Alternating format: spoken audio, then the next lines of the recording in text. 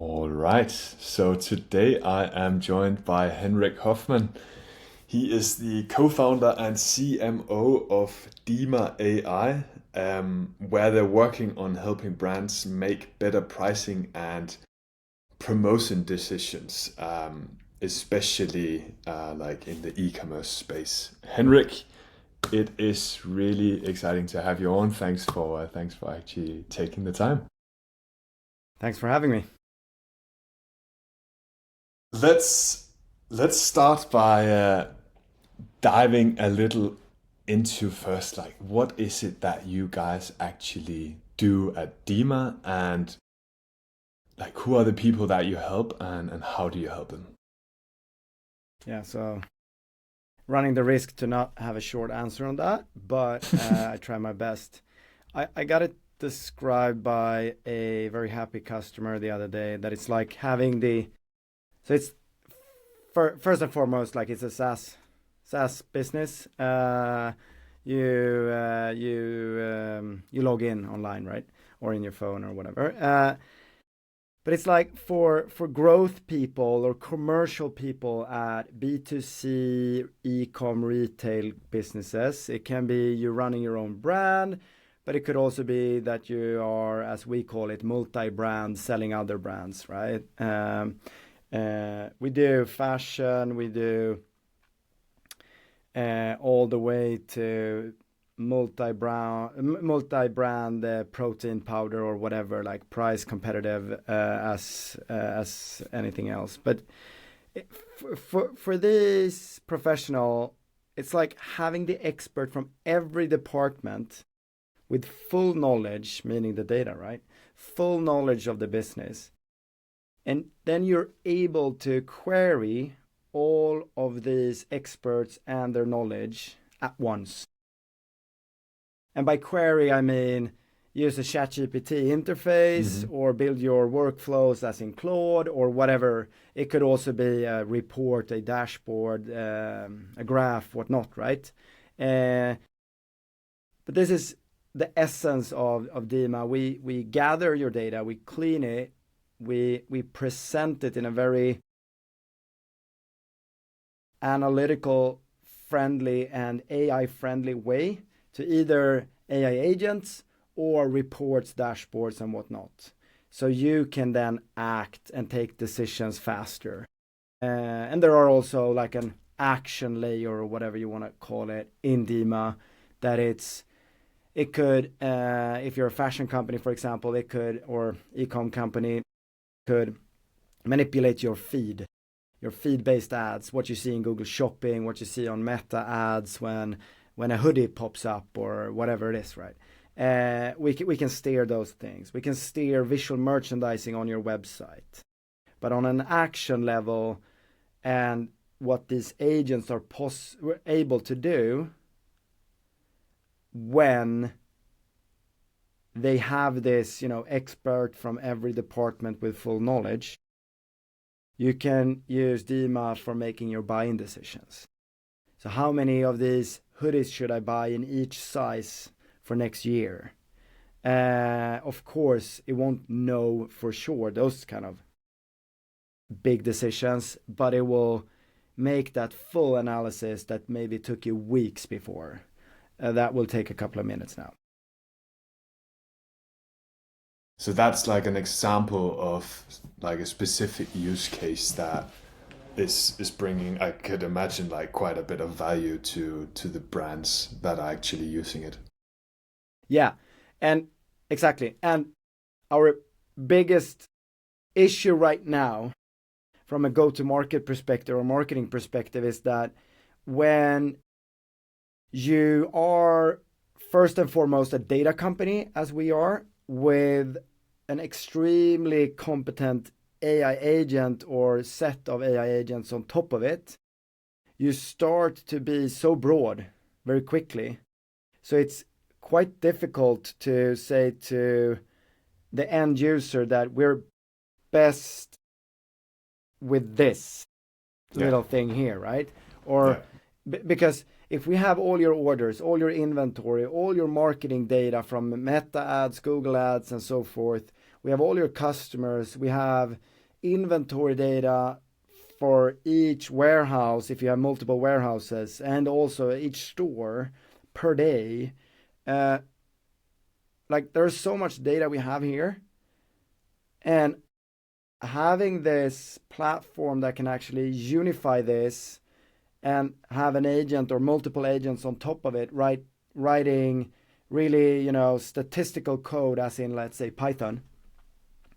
Then you could do multi-regression models that most of us don't know even is possible, and some of us know it's possible, but I have no freaking idea how I would do it if I ever get all that data. So all of a sudden, from our point of view, we actually have an issue now where it's like, how do I address everyone? Is a little bit too much, but almost everyone in an ecom retail company, and say, we can solve your problems and we can solve all your colleagues' problems, right? It's like this moment in time where it's actually possible to do that.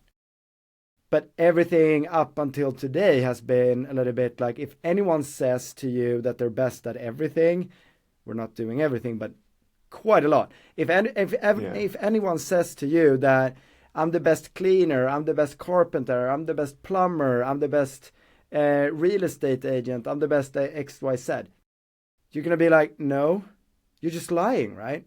But I can say with full, confidence, and I can show companies that I'm actually the best buying assistant for you, and I'm the best marketing assistant for you, and I'm the best visual merchandise assistant for you, and I'm the best CRM assistant for you. Look at this. Query data here, jump into the demo, like you will see. Seeing is believing, and when you see it, you believe it, right? And I think that is super interesting when it comes to like go to market.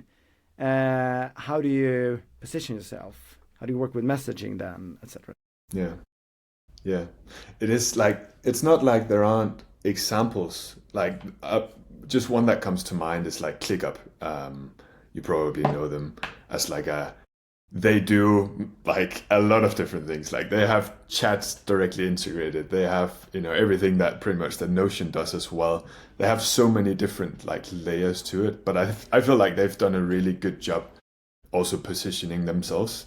But it's a completely different like game almost, because most brands are just known for like one or like a few things. That's what makes them really strong. Like when you think about Apple, you think about like one, maybe two things. And the same with like all of these really big brands, because I think it's just like cognitively so much easier to actually like remember. But there's definitely also the part to it that you mentioned, like actually believing that, you probably aren't the best at all of these exactly different right things. It's harder to actually believe.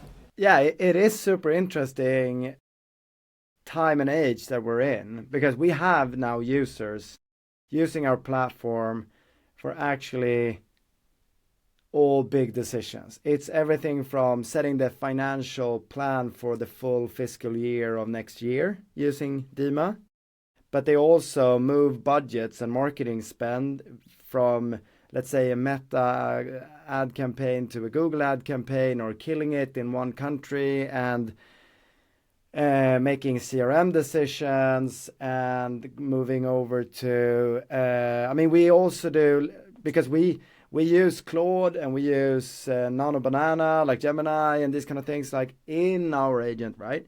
So you do first analyze stuff, but then you can also use Nano Banana and create new ads based on your favorite ones, or the ones that is running best right now, getting most new customers in, etc., etc. Like all of a sudden we're doing so much, and it has happened in like the last couple of months, right? Before that, we were mainly for those who driving the growth in these companies. So performance marketeers, CCOs, CMOs. So that was actually like your initial focus was on those like performance driving we were at least we were at least tasks. strongest in our users' perception there. Then we have always had a couple of brands that have had their CFOs in our platform. Not because we do accounting, we never do, or we never done that, and we will never do that. But there are values for the CFO to see all the data that we have. But that's where we come from, the whole growth thing, and getting to like profitable growth, since that is extremely difficult for ecom brands, because every little order has its own unit economics, right? It's not like in SaaS or whatever. It's relatively easy to know the numbers there, but you can mix and match everything, so there's no, yeah, Exactly. I mean, if easy. you happen to order where you are now in Argentina, right? If you Yeah, happen to order from, let's say, one of our Danish customers, Samsø, if you happen to order from their website to your spot where you are right now, I would guess that they need maybe 50%, not percentage points, but 50% higher gross margin one just after cost of goods sold, versus if they were shipping in Denmark, at yeah, least, to go yeah. like break even on that order. And that is so difficult in our space for performance marketeers to kind of see in all their data. They typically only go top line sales, not including returns, top line sales versus marketing spend. And that maybe look good in Argentina right now and look worse in Denmark. But after Yeah, all things coming yeah, through, the actual profit, yeah, like, maybe returns is higher in Argentina. I don't know. yeah, yeah, and then it's Uh, even worse. Yeah, then it's yeah, even worse. Worse. yeah. Like, yeah, returns is a really like profit drainer multiplier for a lot of Is that businesses. something that you like connect and track with as well, or like the return side of it? Yeah, yeah. So we have both an estimate on returns, so you actually get that every day, Mm. but then you have the Mm. actual returns coming in after a while, because you Yeah, want to be able to almost it for those who have never been in ecom and sometimes retail offline as well, but people are or this industry is like almost day trading. They're like looking at the sales every day. The problem is that if you're day trading with only sales but you care about profits, it's very easy that you day trade in the wrong direction to reach sales targets, but then you deteriorate the profit, right? So that's why you want all these estimates. So we have fulfillment cost estimates on the day, the same time, right? When you make an order or when a customer buy from you, because we know, okay, DHL or UPS to Argentina to with these different categories, pick and pack, shipping, transaction fees, we know that. So then we can give you a quite good estimate on a daily basis per country or per product per country. it's so interesting how like how many things you're actually able to do when you have like all the data, and you can like you have it gathered in one place and you have it clean and you have it like in a way that you can actually pull from, and AIs can actually pull from. Like if we go back to the question from earlier with like how do you actually position yourselves as when you can do so many things now, like what's the plan, how are you thinking about it, in terms of like how are you gonna position yourselves? Are you gonna hit down on like keep it relatively focused on one core, maybe being the performance part, or is it are you gonna do like a bit of a rebrand? Have you already done that, to like we can actually do so many like different things, and the beauty of it is that you can actually do everything in one platform. Hmm. So I think that everyone who runs a company out there, and if that person listen to, or if the listeners are founders or CEOs or whatever, they quite often know that, I mean, it takes quite a while until you're like a really, thought through professional, super professional business. And by that, yes, we're constantly rebranding ourselves, right? I'm rebranding DEMA every day because I feel like, this message doesn't really go well. And I challenge myself with whatever I say in, let's say, a podcast like this. I transcribe it, I put it into my Claude or my ChatGPT setup, and I'm like questioning myself. I have tons of like playbook documents in Drive and whatnot to really hone the positioning and the messaging. But as I see DEMA's positioning going forward, it is actually to take a stab at being a little bit more like, let's say that ClickUp has done it in a good way. Maybe an Airtable might be similar. Mm-hmm. Maybe Zapier, maybe, yeah, I don't know, those businesses that we're thinking about here that are constantly being broad in their use cases. But that's, I think, the answer lies there in the use cases, in the case studies and whatnot. Those need to be user first case studies. So that is what I'm focusing on right now. Finding these case studies where the 10x ROI thing is not the big thing of the case study. It's actually hearing the user explaining how they use DEMA. And then I just want that to be on use case by use case and build as many as I can on as many use cases as I can, if that makes sense. So I think that sure, we can't just say, oh, we do everything for everyone. We are only serving B2C and not even everyone in B2C, retail, ecom. So it's only retail and ecom. It's only B2C, not B2B. And we are not serving everyone there. So in that terms, we are kind of like, we have in one way taken down the scope a little bit. And then we can say for these people, we actually do more than just, let's say, my always example internally and externally is a product recommendation tool. Easiest thing to communicate. Everyone in our industry knows what a product recommendation tool is. If I call you and you work at an ecom company and I say, hey, my name is Henrik, I have a product recommendation tool, right away you will be interested or not interested. Everyone has one, or I would argue, and either they're happy with it, they have no thought about it, or they're unhappy with it. And if you just reach out to as many as possible and just say, hey, I'm Henrik, product recommendation tool, and then they're going to be yes, no, yes, yes, yes, no, no, no, no, no, no, no, no, no, yes, no, So that is my thought of the positioning right now. Yes, we're kind of positioning ourselves right now into more of an AI agent company for our industry. But where we outshine the competition is on data and data quality, feeding the agents. Because it is still difficult for agents to have too much context, too much in their memory.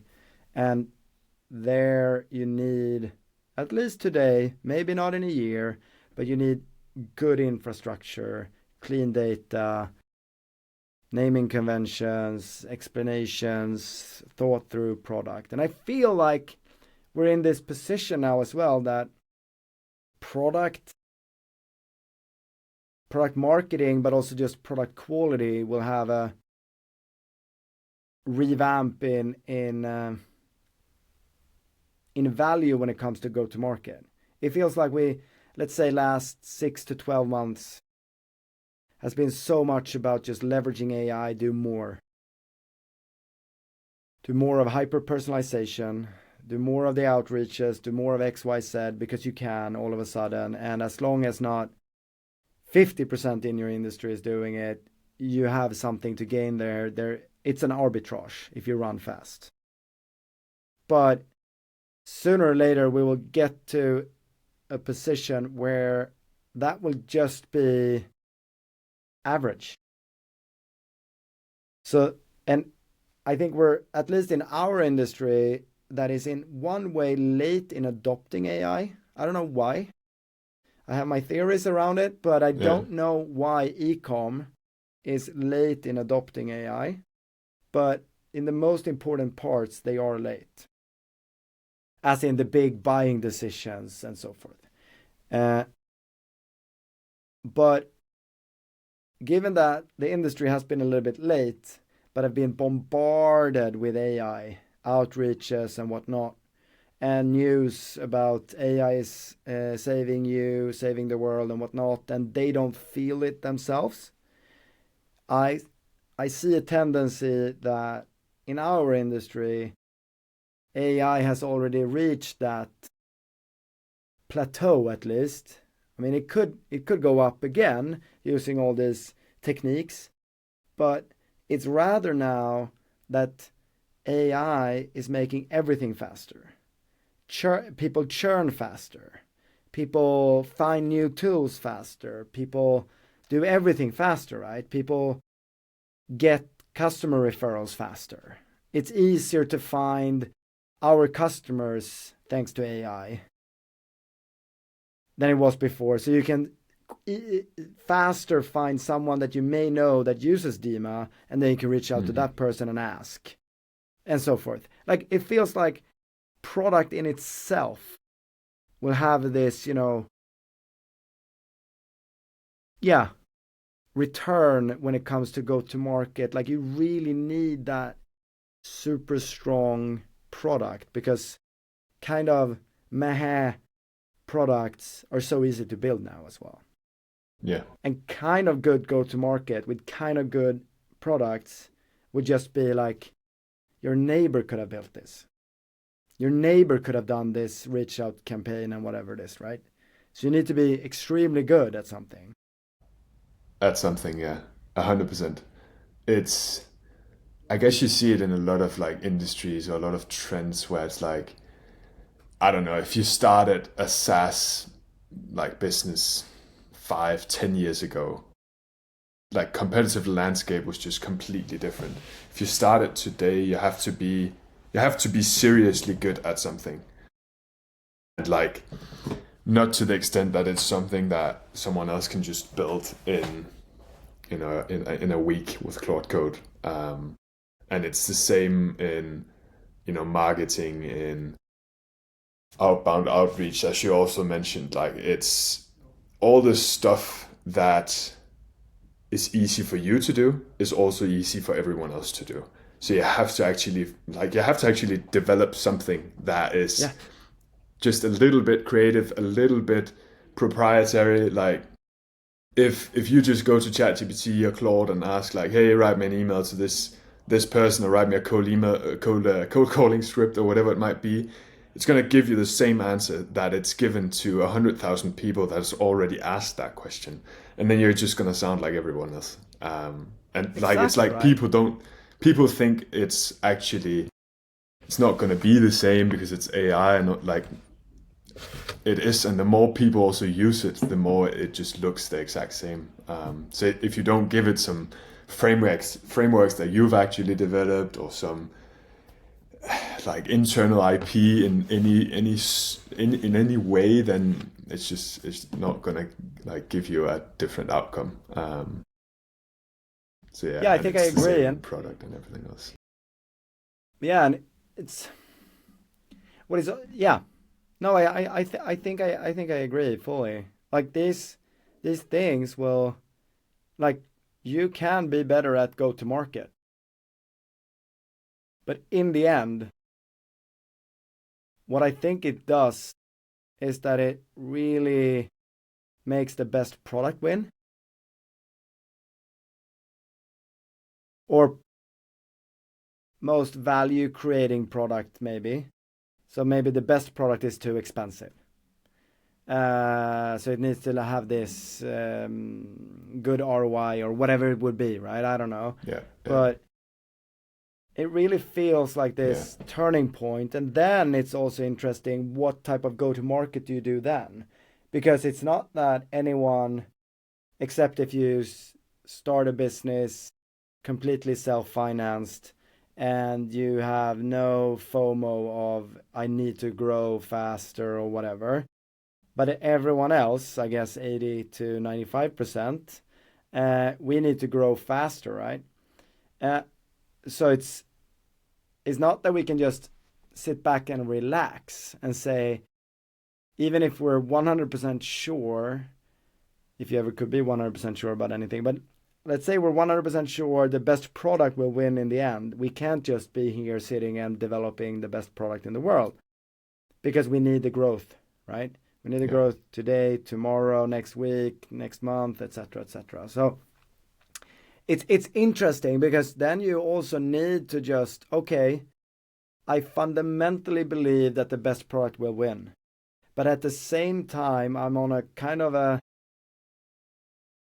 time or journey in time, or I see where we're going to be in maybe 12 months, maybe 24 months, maybe 5 years. Like, I don't know how fast it will go. Now it feels like development is going faster rather than slower than what you expect. Before in my life, it feels like everything has been slower than expected. Now it feels like everything goes faster than I expect. So if I say 6 months, something is coming from Claude or ChatGPT or OpenAI, and we're there in 3 months. But anyhow, like, it's still a game of, okay, up until then, or up until a tipping point, maybe it's more of a tipping point for us than the industry or the world. We still need to do the go-to-market in whatever way we think is best, you know. It's tough, because it easily becomes hard to like get the overview. Like you get overwhelmed easily, because you feel like things are moving so quickly, sudden, like all out of a sudden, and you feel like, you do one marketing strategy, you plan that, but you feel like shit, like in 3 months or in 6 months, the product is gonna look different, or, the buyers are gonna, be different, or whatever it might be. But I think it's only gonna happen as fast as the consumers are actually able to adopt AI and adopt all of these new things. And I think it's easy to think that everyone is as fast as adopting AI as as we are, as you are, but most aren't.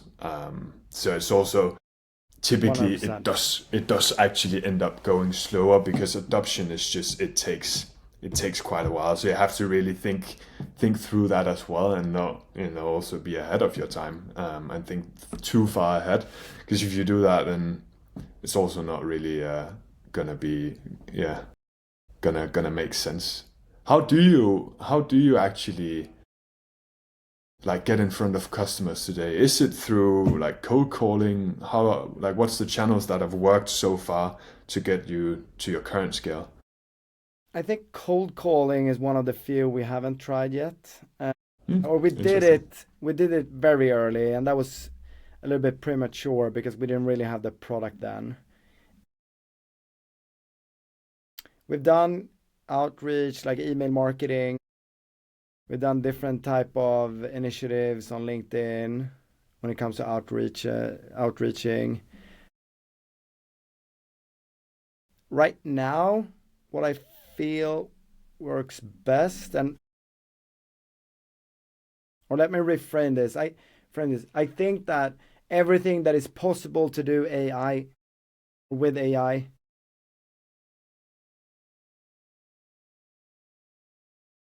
if you're not really, really good at that, or having a lot of money to hire someone, or, a consultancy or agency or whatever it is, right? You're not going to stand out there. And typically, where I feel, and maybe that's because I'm like an extrovert, I'm also given that I'm a founder as well, I don't feel like, I think that it's always worth for me to walk up to someone and run the risk of having that person say no thank you in my face and just walk away, right? But I feel like where it's easiest to differentiate yourself, at least in our industry, it's everything offline. Everything offline, whatever it is. Everything when you need to meet people physically. So if that is going to a fair, having a booth, or if it's those fairs that have like speed dating, or if it's dinners or whatever it is. But that's an unfair advantage of also, I think, being a founder, and that can't continue for forever, because the companies that we look up to when it comes to go to market or at or the scale where they are at today in our industry, they're so big, so they need to rely on 5 steps down from C-level to do all the go-to-marketing, right? Or go-to-market. And then, I mean, I can just think, or I can just relate when I was in a previous job 4 steps down. Like, I wouldn't have killed myself for being super nice at a dinner if I was tired that day. I would just call in sick. Or not like tired. If I would have been sick, or, you know, or if I was tired, I would have gone home early. But to really gather people that can be, you know, going the extra mile, walking the extra mile offline, must be a huge possibility. Yeah. It's tough to find them, but those who just almost don't want to use AI in like 6-12 months, don't want to use a computer. I mean, we will have agents serving these people, right? If you're just like a absolute social genius, a salesperson that just hates computers, you're just terrible at working with computers, there will be a job for you. Yeah. Because it is so easy for me in 6 to 12 months, and I could do it today as well if I just spend some time. If I'm having someone reaching out for me, let's say it's you, Frederick, and you're saying like, you know what, I do one thing and one thing only. I meet people. I know everything about this industry, but I'm having, what do you say in English, dyslexia? Yeah. I can't spell. Like, I can't even spell my name. So I have a super hard time on emailing people, but I want to, like, I'm happy to travel the world. I can go to whatever conference, fair, whatever, and look what I'm capable of. I've been in booths around the world. Not that I talk Chinese, but I get along with Chinese people, to Americans, to Argentinians. Like, I love that shit. I mean, it's so easy for me to spin up a couple of agents serving you with everything you need and with everything I need from you, right? Because you can just talk into a microphone. Like, developers in some offices now talk. They don't even type, because typing is actually inefficient. So they just speak to the microphone and then just sit. They sit in the offices and whisper, you know? Yeah.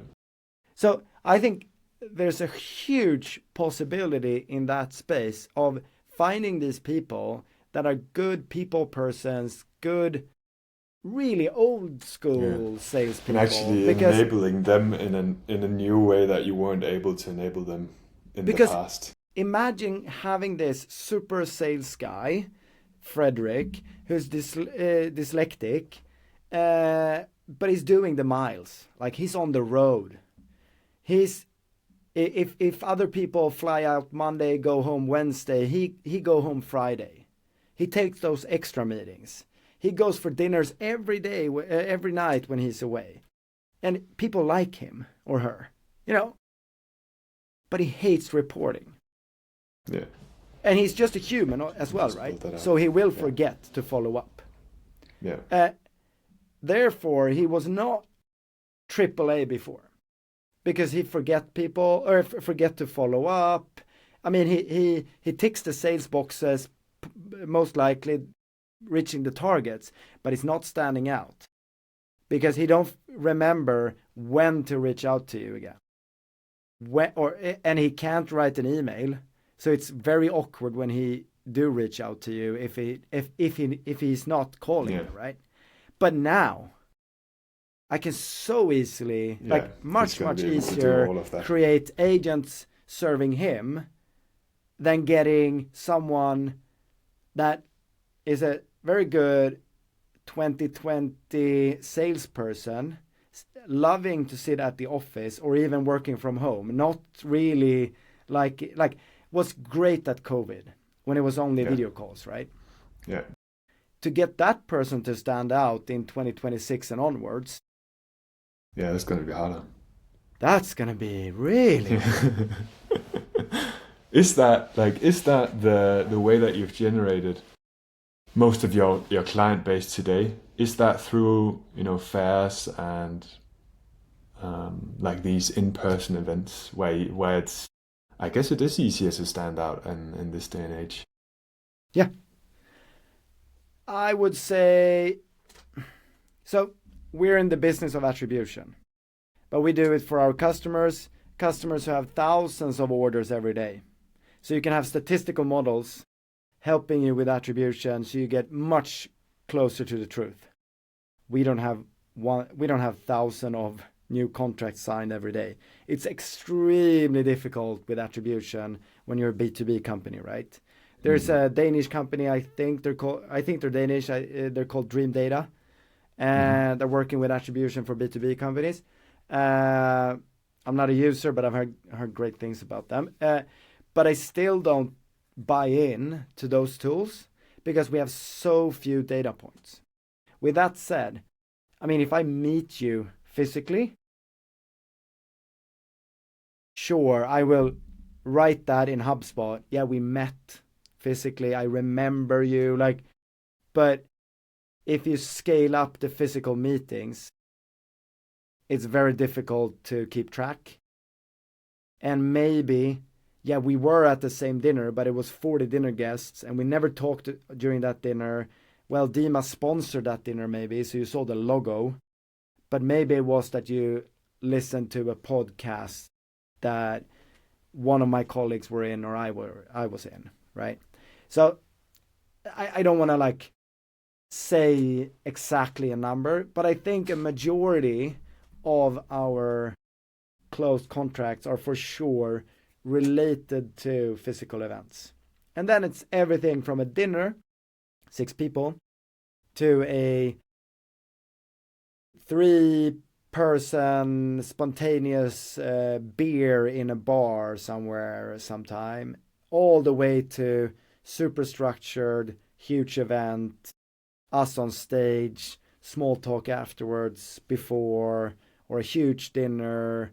It could be us in a booth, these kind of things. But then it could also be like you actually talk to, let's say, me, and you're not in a position of buying something like this, or you're in a contract with a competitor or whatever it is.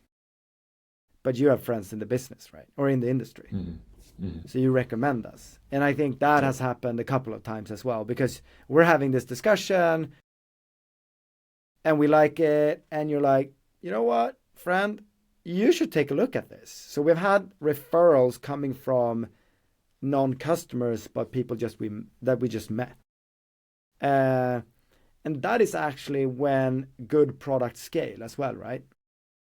Because then I was just going to say that only happens if you have a really good product, or really you really actually solve a problem. And also having a product that stands out. Like, you can have the best product recommendation tool in the world, but would you really have a good discussion with me around that you're like, I need to call a friend about this. So it's also that our product is a little bit of a category defining product. We have competition and we have substitutes. So it's not that we're completely unique, but it's very new space, and we're very good when it comes to product and tech in this space. Some of our competitors have done a better job signing logos, but I would not say that they have a superior product than me. And I'm pretty sure that if you would have lie detector on the founders of those businesses, they would say the same if they saw our code and compared with their code. That's a good way to say that.